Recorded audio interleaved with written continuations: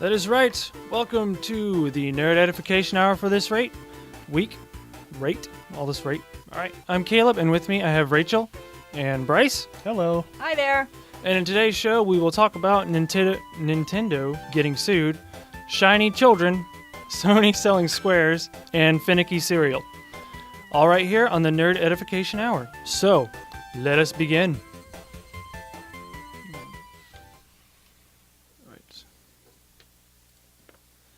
So, last week Bryce told us that General Mills cereal had some kind of secret law or something like that, about liking their product on Facebook, and Bryce has an update on that. Bryce?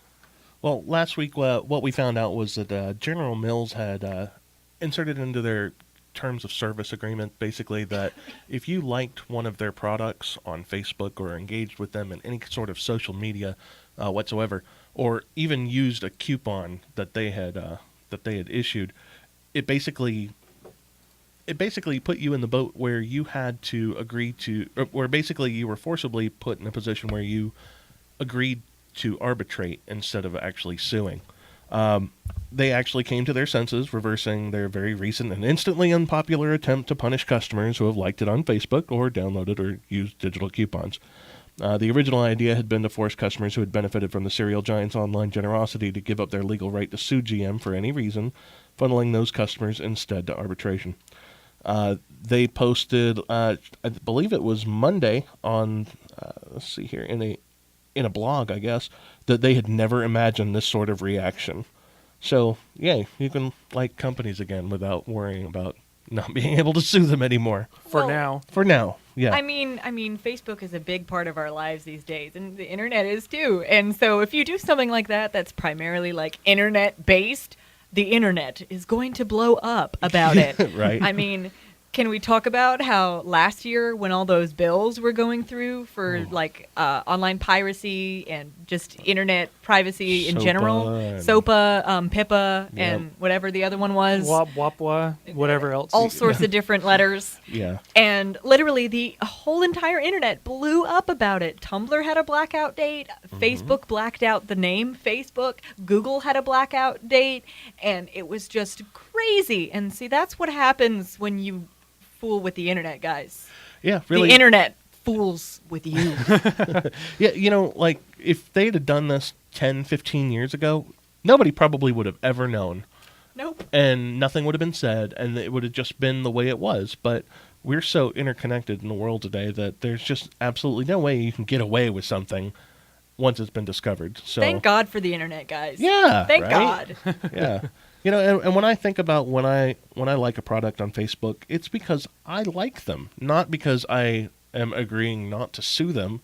If I want my Honey Nut Cheerios and I want to like them, then I just want to like them. I don't want to agree not to sue if I get razor blades in my box or something. I want to Daisy. I want to like cereal without being subjected to suing torment.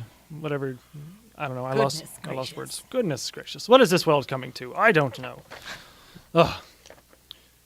Well, in cereal related topics, your nerd vocab is next. And you are listening to the Nerd Edification Hour on Alternation Radio. That was Crossing Fields in the English cover. If you remember last week, I played it in its Japanese form, in its original form. It's pretty good, not bad. So, now, you are listening to the Nerd Edification Hour on Alternation Radio. I am Caleb, and with me I have Bryce and Rachel. And now it's time for your nerd vocab. This week's vocab is side-scroller. What is a side-scroller? Well, I'm glad you asked, dear customer. A side-scroller is a video game in which you control something, a character or whatever, and you mostly move from left to right in order to explore or advance through the game. Think Mario, Metroid, and Castlevania. Not all side-scrollers are 2D, though. Some can be made in 3D environments, but still you're moving from left to right. Side-scroller. Yeah, I'm a big fan of side-scrollers. Anything Mario, Metroid, Castlevania, platformers kind of fit into the side-scroller atmosphere, too. I really have recently gotten into Rayman Legends. I've never played Rayman before, but there's so much content in this game, and it's so much fun to just bounce around and. Side scrollers are typically the classic games, but Yes. they're really making a comeback. Like the newer Mario games are typically they're primarily side scroller with some 3D environment. But for handheld, they're totally coming back, and even on the newer consoles, they're coming back. Like Rayman, for example, and Witch in the 100 Night is another side-scrolling RPG that's out on PlayStation 3, I think. It's a bunch of different ones. They're coming back. Yeah, it seems when I try to keep up with some video games and look at platformers and things like that, I tend to see a lot of those made available for handheld systems like the 3DS and DS. I know that what's that Zelda game that came out for the 3DS? It's like based on A Link to the Past, but it's not. A Link Between Worlds. Yeah, Yes, that that's one. Yeah, it seems like there's a lot of neat side-scrolling opportunities there, with particularly with the part where Link kind of melds in with the wall rather Yeah. to. Oh yes, he can turn into a painting into the wall, Yeah. and that's kind of the 2D side-scrolling mechanic built into the game, and it's actually very fun. So you're like moving onto walls that are moving themselves, and it's very interesting. Turn into a really cool chalk drawing. But yeah, the retro games are making a comeback, I feel. Definitely the side scrollers, yeah. I mean, it's arguably that 2D games are easier to make. So because you have linear levels, and sometimes you can just reuse the same background. I mean, kind of like the Flintstones. They're running along and past the same tree 5 different times. Yeah, That I was fun. agree. They are easier to make, but also, I mean, That doesn't make them any less fun. no, No. that doesn't. But on the flip side, they don't have a lot of replay value either. I mean, and what I mean by replay value is, yeah, you can play it over and over again, but it's going to be the same thing. There's no additional stuff that you can get and continually play it without being like, oh, I played this before. Blah. Yeah, I've seen this. Yeah, Yeah. with the original Super Mario Brothers for the original Nintendo, they used quite a lot of the same things. Like the bushes are exactly the same model as a cloud. They're just a different color. Yeah, definitely. So I'm going to take this time right now to remind everyone who's listening, we do have a Twitter account and a Facebook page. And if you want to share your thoughts or anything like that, we have them available. On the Facebook page, we do have a link to the Twitter account. I thought this would be a good time to share this with you. Yeah, I mean, if there's something that you guys want to hear specifically about or you're curious about, just leave us a comment or a message and we'll get back to you and we'll probably include it in the show. Yeah. We like criticism, we like comments, we like hearing from you guys. Constructive criticism. Oh, yes. Don't Yes, leave a please. thumbs down on the And not on the explain YouTube. why. Yeah. We're calling But, out you, troll. Yeah, you Yeah. troll, whoever you are. So yeah, just another direct link for the Facebook page is facebook.com/Nerd Edification Hour. Yep, that's about it. And also don't forget about the podcast afterwards. I'll try to upload that after the show's done. So, the next song we have for you is Me and You and Pikachu, and it is about the first Pokemon movie, so it's very interesting. I hope you enjoy it. We'll be right back. After this break for the song, we are going to be talking about another side scroller. Yes. Sorry. So, yeah, speaking of side scrollers, we're going to talk about a new one after this song. You are listening to the Nerd Edification Hour on Alternation Radio. You are listening to the Nerd Edification Hour on Alternation Radio. My name is Bryce, and I've got Rachel and Caleb with me. Now, I just wanted to let you know that there is a new game coming out for pretty much all of the platforms. Wii U, PlayStation 3, 4, Xbox 360, One, PC. It's called Child of Light, and it is essentially an RPG on a base level where you play as some sort of a little girl that can fly around and swing a sword. The game is described as pretty much a fairy tale, essentially. The game puts players in the shoes of Aurora, a child stolen from her home, who, in her quest to return, must bring back the sun, the moon, and the stars held captive by the mysterious Queen of the Night, helped by her playable companion Igniculus the Firefly and several unlikely allies. allies, Aurora will face her darkest fears in this modern take on a coming-of-age story. It just looks really interesting to me. What really drew me in was that the artwork that they utilize is based loosely off of Yoshitaka Amano's illustrations, and it just looks really impressive to me. And he's responsible for some of the artwork that's been used in the past for Final Fantasy VI. He did some artwork for Neil Gaiman with the Sandman books. He's really talented, and I just really appreciate anything he does. And it's done. It's going to be somewhat done in the vein of Rayman Legends, so that the Ubisoft developers are actually going to be using some of the similar engines. Yeah, that's what I heard. They were using engines, and So it's all hand drawn, which is amazing for any game if everything's hand drawn, because that takes a lot of work. Because I've seen some of the artwork, it looks hand drawn, Yeah, like, literally. It really does look amazing. And I mean, who's publishing it? I mean, Ubisoft's helping, but who's the actual publisher? Do you know? I thought that was Ubisoft Montreal. Let's see here. No, the publisher is Ubisoft. Yeah. Oh, that's cool. They haven't done a game like this in a pretty long time, so that's actually really interesting. Because right now they're known for like Assassin's Creed. And So Yeah, Watch Dogs coming out also. It's just next side note. month, Yeah. finally. Whoop. and Child of Light will be coming out on April 30th in the United States. It should be $15. It'll probably be a download, like a virtual console type thing for the Wii U for sure. I'm looking forward to it. I'm excited. It looks great. It looks fun. It looks very beautiful. The backgrounds are all water painted, like watercolor paint.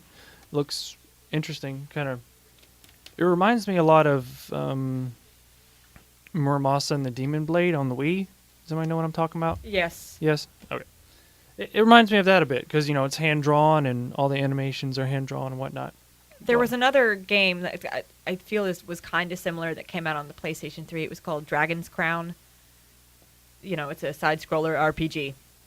Huh, another side-scroller. Look at that. They are coming back, I'm telling you.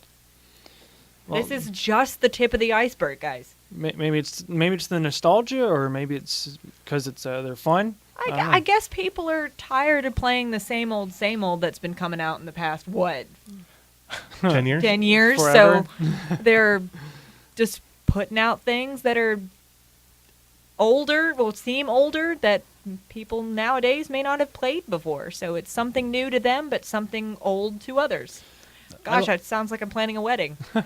I like the idea that it's not necessarily just older.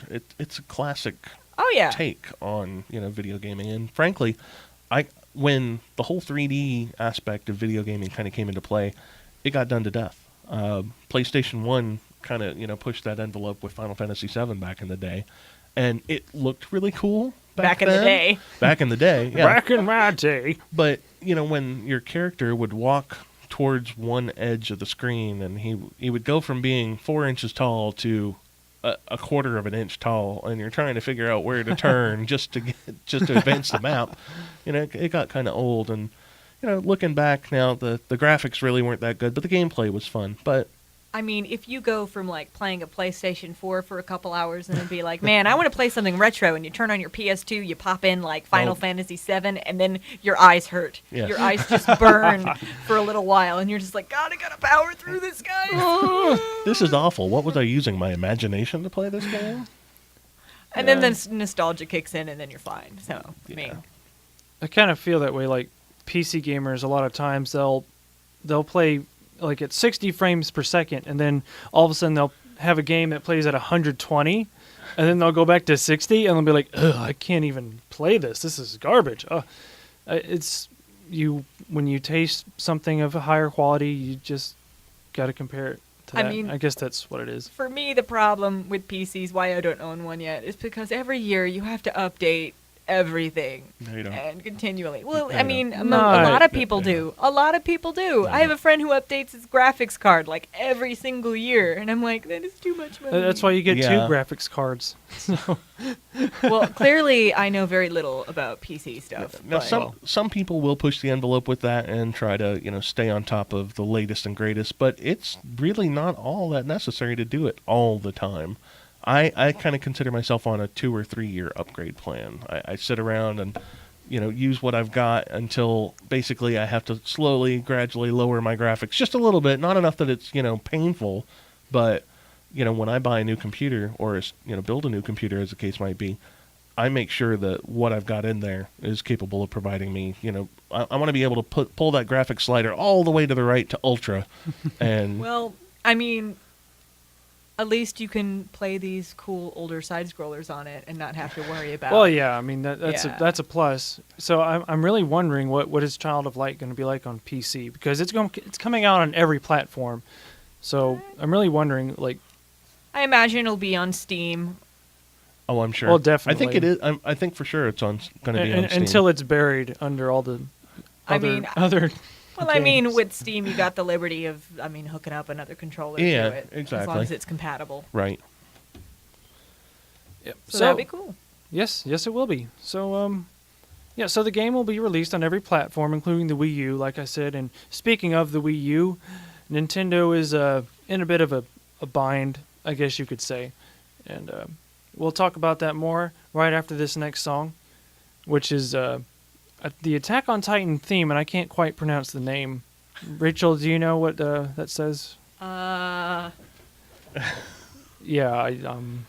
So, needless to Guren no Yimuya. Guren no Moya. I'm probably butchering that really We're horribly. butchering it bad. So, anyways, Badly. Attack on Titan song coming next. Yeah. Yes, obviously. Yeah. All right here on. You're listening to the Nerd Edification Hour on Alternation Radio. Go. Hi, guys. Welcome back. You're listening to the Nerd Edification Hour on Alternation Radio. I'm Rachel, and I have with me Caleb and Bryce. Yay. So, Nintendo is getting sued. How about that? A company called Secure Access that's dedicated to the monetization and management of internet security patents. What is that? I really don't even know what that is, but it's a interesting form. They manage security patents. I think they're also a internet security company as well.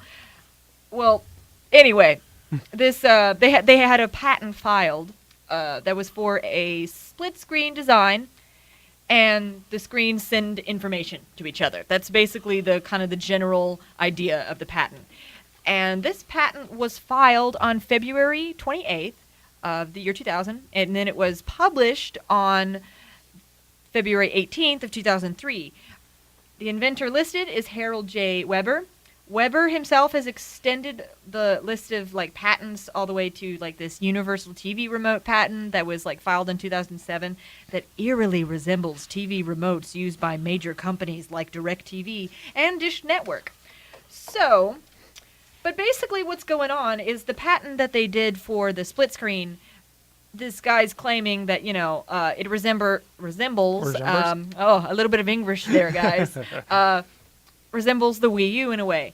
So they're suing Wii U saying, hey, this is our product and you're using it, kind of, so we deserve compensation for it. And they're also suing stores that sell the Wii U, such as Best Buy, Walmart, GameStop, everything. Pretty much if you sell a Wii U, you're in danger of this lawsuit. And also not only for the Wii U, but the 3DS as well. Right, because it is a split screen and it's doing technically the same thing. So. Yeah. And I mean, I understand why they're suing, but really?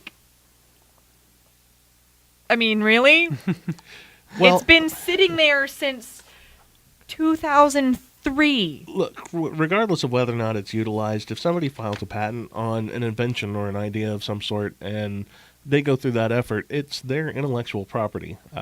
I got to say that it makes sense. I'd be suing too. I mean, if I come up with an idea and you decided that you came up with something similar and you go off and maybe you steal my idea. I'm not okay with that. I expect to be, financially compensated. But I mean, there's also no way to really prove it that they stole their idea. If the patent was there and they didn't do the appropriate patent research prior to putting out their product, they're liable. I mean, poor Nintendo. Yeah, poor Nintendo. That really reminds me.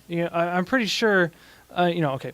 So I'm thinking about suing all the vehicle companies for using wheels because I'm pretty sure that my ancestor is the one who invented it. So I wonder how much I could get out of that. Just Did he file a patent? maybe No. it's in a No. cave Was painting there somewhere. a patent office around at that time? I wouldn't be I'm going to surprised. say no. The patent office cave, where they No, just a little. they have cave paintings on the wall with the patents on it. So there you go. Who wants to go on an expedition? Let's Oh, go. wow.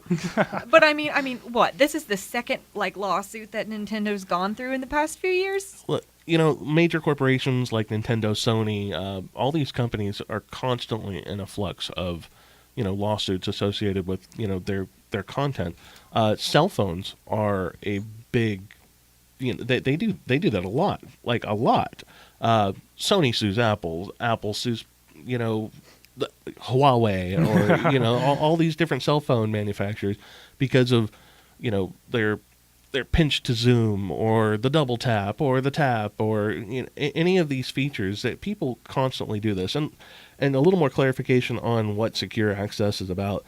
It says they're dedicated to monetization and management of internet security patents. That basically means that their firm is responsible for finding people that are violating these patents that they are associated with and then sue them.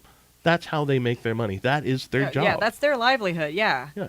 And I mean, and also, and speaking of, this also extends to PlayStation's remote play thing. So basically, if you connect your Vita to your PlayStation 4 and you're playing it in another room, that comes under fire too. And I mean, this patent suit is the latest in a string of patent suits against Nintendo. This is a whole slew of things that are happening. People be hating. Yeah, I I'm mean, fine. the company went to trial in 2013 over its use of 3D and lost. Can we just say that they lost? Because they stole somebody else's idea Yeah, and they got sued for it. Crazy Nintendo how was that works. ordered to pay 1.82% of wholesale for every console sold.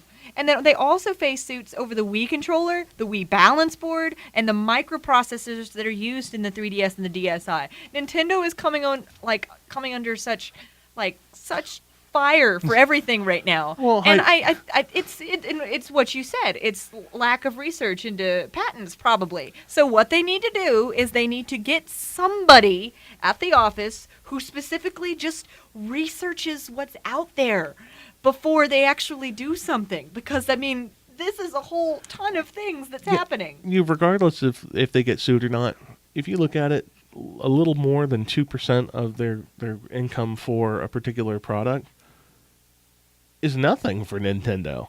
So they're probably operating under the old idiom, do it and ask forgiveness later. Yeah. Or, so they're just jumping right into it. I was about to say, Wayne, a while back I learned that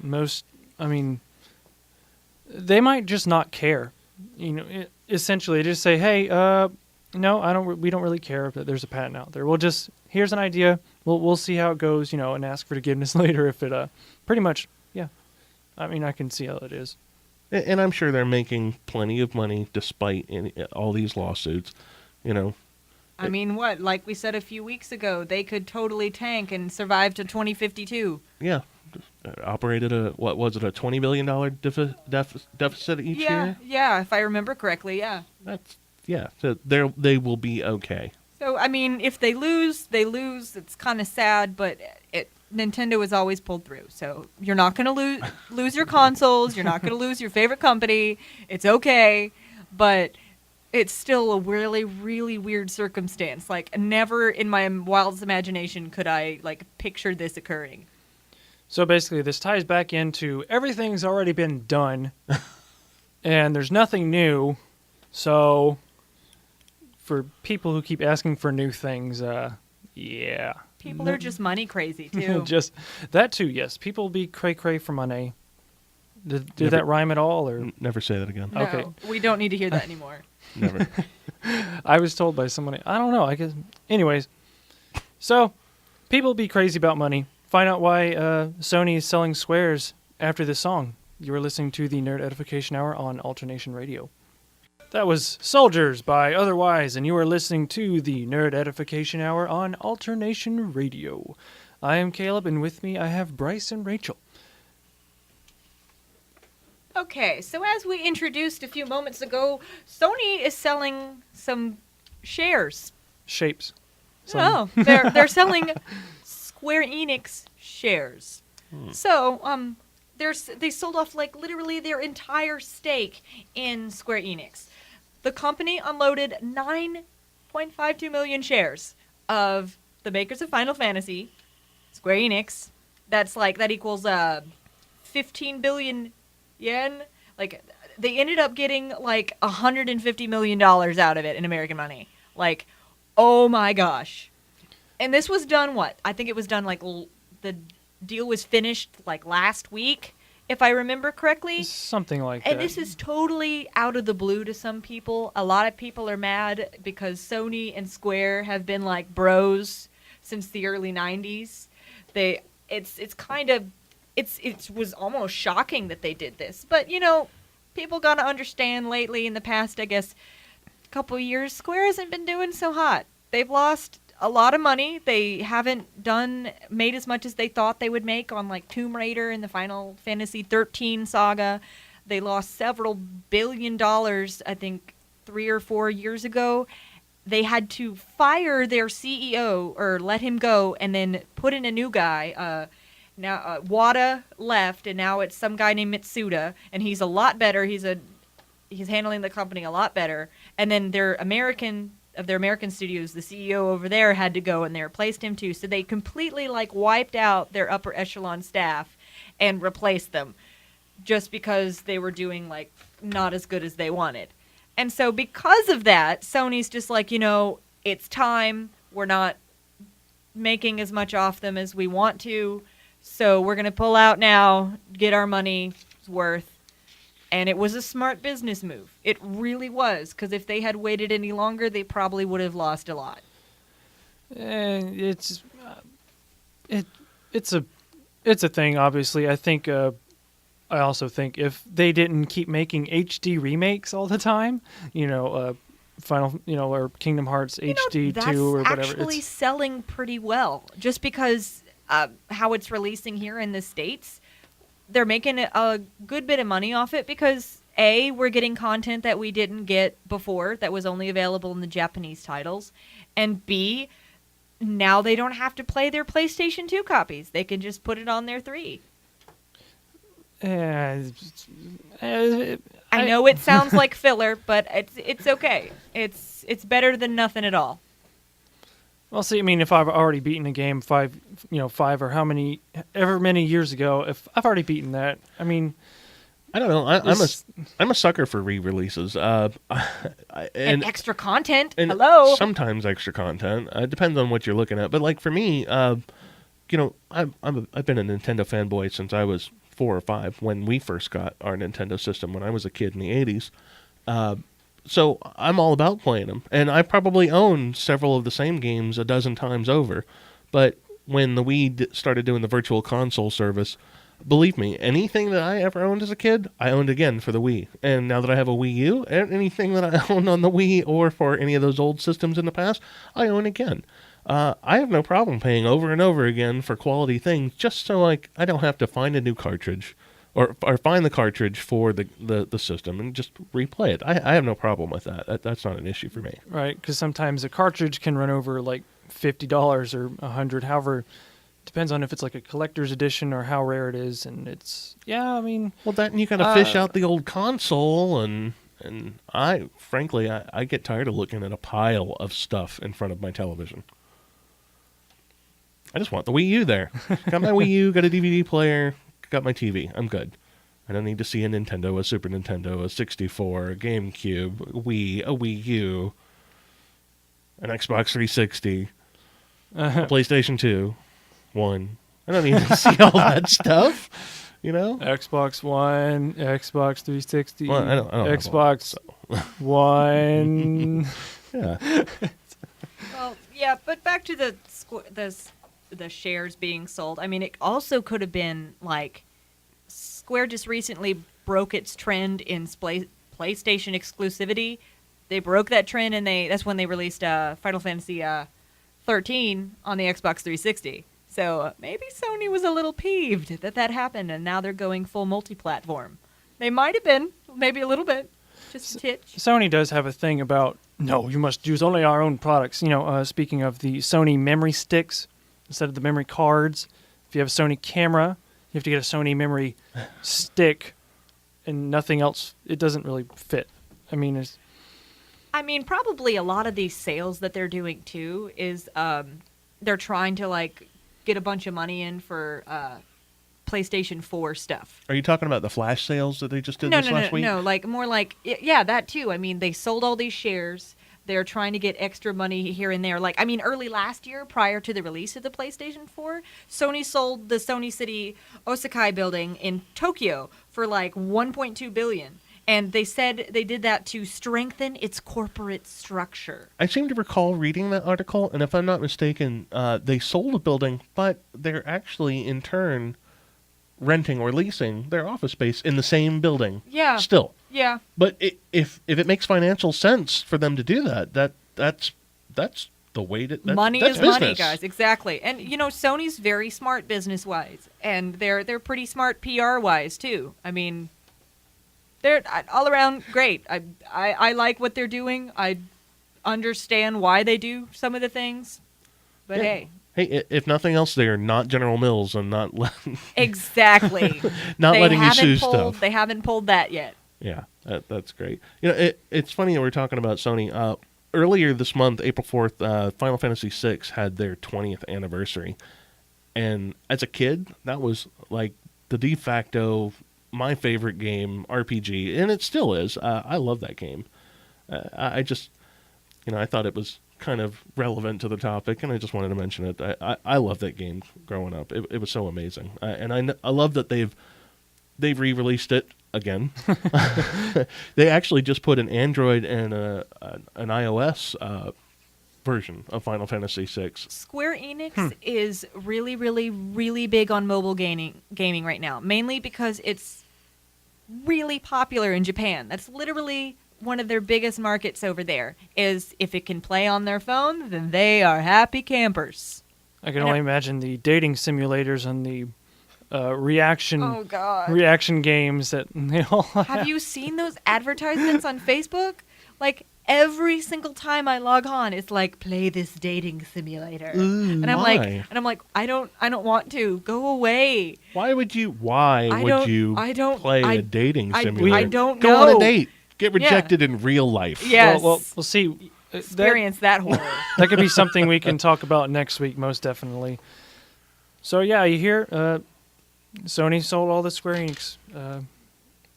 What are they called? Stocks? Stocks. That's Stocks, it. They sold. shares. I'm gonna Shares? I'm gonna- Square shares. Square Square shares. shares. I'm gonna call them They- Square shares. They made money, in other words. That's really They sad. made money. That's really sad. So again, you're listening to the Nerd Edification Hour, and we'll be right back after this song. We'll have a whole bunch of interesting stuff to talk about.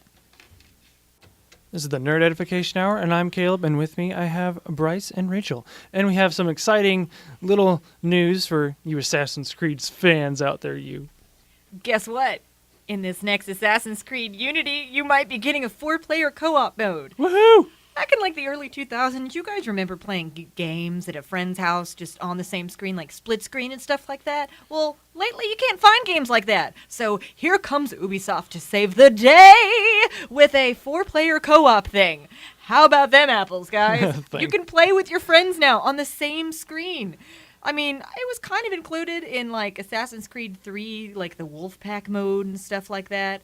But like, hey, apparently from an inside source, they're saying that at E3, you guys are going to get to see this for the first time. Ubisoft is planning to bring 2 of the demos to E3 this year, and one of them will be for the single-player campaign, and the other one for a brand new 4-player narrative co-op mode. So basically, you're going to get to experience maybe a different story, or maybe the same story in a different way, but with more people. I think that's great. There's not a lot of games like that right now. Yeah, I mean, about time, actually forces you to have fun and be sociable with other people, So- I personally prefer cooperative games over competitive. Like Over online, yeah. I hate headsets. but even in person. Yeah. I would just much rather play a cooperative game. To me, it's fun to experience a story with a friend and push that forward. With competitive type things, eventually, if there's friendly fire or something like you're playing Halo. It just kind of devolves into shooting each other in the head. Oh my gosh, you hit me the first. Reading more into this, apparently it's going to be something along the lines like Far Cry 3's co-op campaign, which also had 4 characters and its own story. So I don't know, man. I think it's going to look really cool. It's set during the French Revolution. So, supposedly, Napoleon that's what the leaks said, at least. Wow. I think that's pretty legit. How did the French get an Assassin's Creed before ninjas?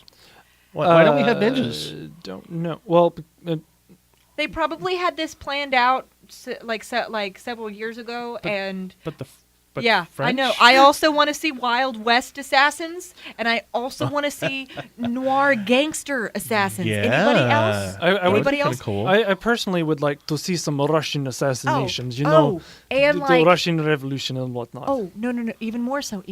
Are we ready for this? Australia Ooh, in the outback. Some boomerang. Ooh, Go, whoosh. boomerangs. Yes, I agree. Yeah, I'm going to beat this giant scorpion to death with my didgeridoo. Yeah, okay. That would be Australia, awesome. The all right. good thing, Assassin's Creed is so deeply connected in history, so they have so many options that they could do Yeah. for it. They can pretty much put it anywhere, and it'll probably fit. I mean, we'll know more after E3 about this, which is the Electronic Entertainment Expo that's held at the end of the summer. It's where you get to find out everything that you ever want to know, or maybe not what you want to know about games coming out. And hey, the game's supposed to be coming out late this year, like fall or winter, so by then we'll play it, and it'll be probably great. As long as I A, have a decent computer to play it on, or B, its releases on the Wii U like Assassin's Creed 4 did, I think I'll be As okay. far as I know, it's not coming out on the Wii U. It says only PC, PS4, and Xbox One. It's probably because the Wii U's graphics card, or just the processor in general, won't be able to handle. I'm pretty sure it can. No, It I think it can too. I know that there was a lot of controversy around game developers using a different, I guess, engines. I guess the different engines that are used for PlayStation 4 and Xbox One systems are structurally a little bit different than the Wii U. So it's like they have to, they build their game for one system, and then they have to turn around and build the exact same game completely over for the Wii U. I think that might be the only reason that it may not come to the Wii U. They're just being lazy. That's really sad. So, yeah, that will be it for this week's Nerd Edification Hour on Alternation Radio. I'm glad you stuck around to enjoy it. If you did, for those who didn't, I'm sorry you missed out on all the good fun stuff. But before we go, I would like to showcase a song from a video game. This week we have a song from the Kingdom Hearts series. The name of the track is Desire for All That Is Lost. And until next week, stay beautiful. Remember to like our Facebook page. Yes, definitely. And we have a Twitter. Just remember that. All right. Next week. See ya.